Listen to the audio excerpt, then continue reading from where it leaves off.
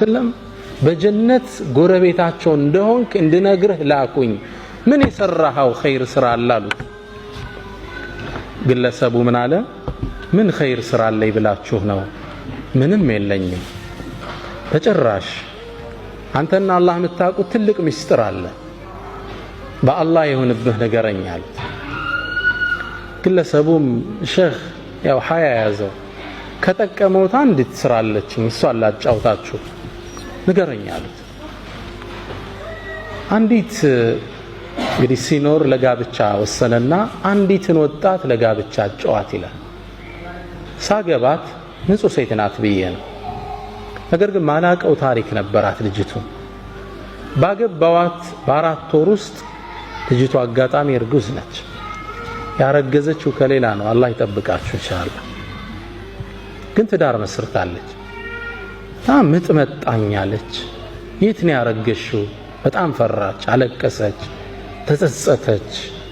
አፉ በለኛለች ግን ተበሳጭቻለሁ መጨረሻ ላይ ራሴን ሁለት አማራጭ ላይ ያገኘሁት አንድ እቺ በዝሙት ያረገዘች በጣም ማትረባ ተራሴት ብዬ ለቤተሰቦቿ መልሼ አካባቢው አይን ላፈር እንዲላት ማድረግ አንድ አማራጭ ሁለተኛ ደግሞ ተሳስታ ነው እቺ ልጅ ወጣት ነች እዚህ በህይወት የሆነ አጋጣሚ ተሳስታለች ተጸጽታበትም አለች ለተውበት ልገዛት ሁለት አማራጭ ራሴን አገኘሁት ነፍስያዬን ተጫንኩና ወደ ተውበት በመራት ይሻላታል ህይወቷን ከማበላሸው ብዬ ወሰንኩ ግን ልጅ ሊወለድ ነው ካገባት ገና 4 ወሩ ነው እንዴት አርጎ ያምልጥ ከዚህ ውስጥ መጨረሻ ልክ የወለደሽ ጊዜ ማንም እንዳያቃርብ እንደተወለደ ልጁን ህፃኑን ይዤው ወደ መስጂድ ሄድኳል ባለቤቱ መውለዱን ሰው ያውቅ ልክ ሰው ኢሻ ሶላት እንዳለ ሲገባ ውጪ ላይ በፎጣ ጠቅል ያስቀምጨው ሶላት ገባ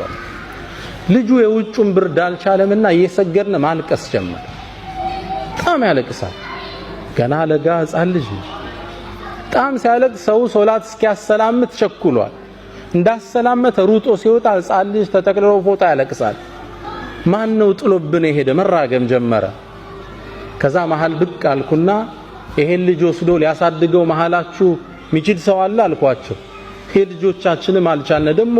ገና ሚጠባ ህፃን ልጅ እንውሰድ እንዴ ምን ነካ አንተ ከዛ ቀበል አደረኩና ማህበረሰቡ እየሰማኝ እኔ ታውቃላችሁ ባለቤቴ አሁን ያገባዋት ልጅ የለኝም የቤተሰብ ጫና ስለሌለብኝ ይሄን ልጅ ወስጄ አሳድገዋለሁ አላችሁ ግልጽ ነው ትልቅ ኢማን ይጠይቃል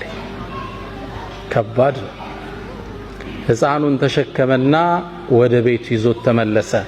የአካባቢው ማህበረሰብ የሚያውቀው ምን ብሎ ነው ወድቆ የተገኘ ልጅ ያሳደገ ደግ ሰው ብሎ ያውቀዋል ልጅቱን አስተውብቶ ዳግም አገባት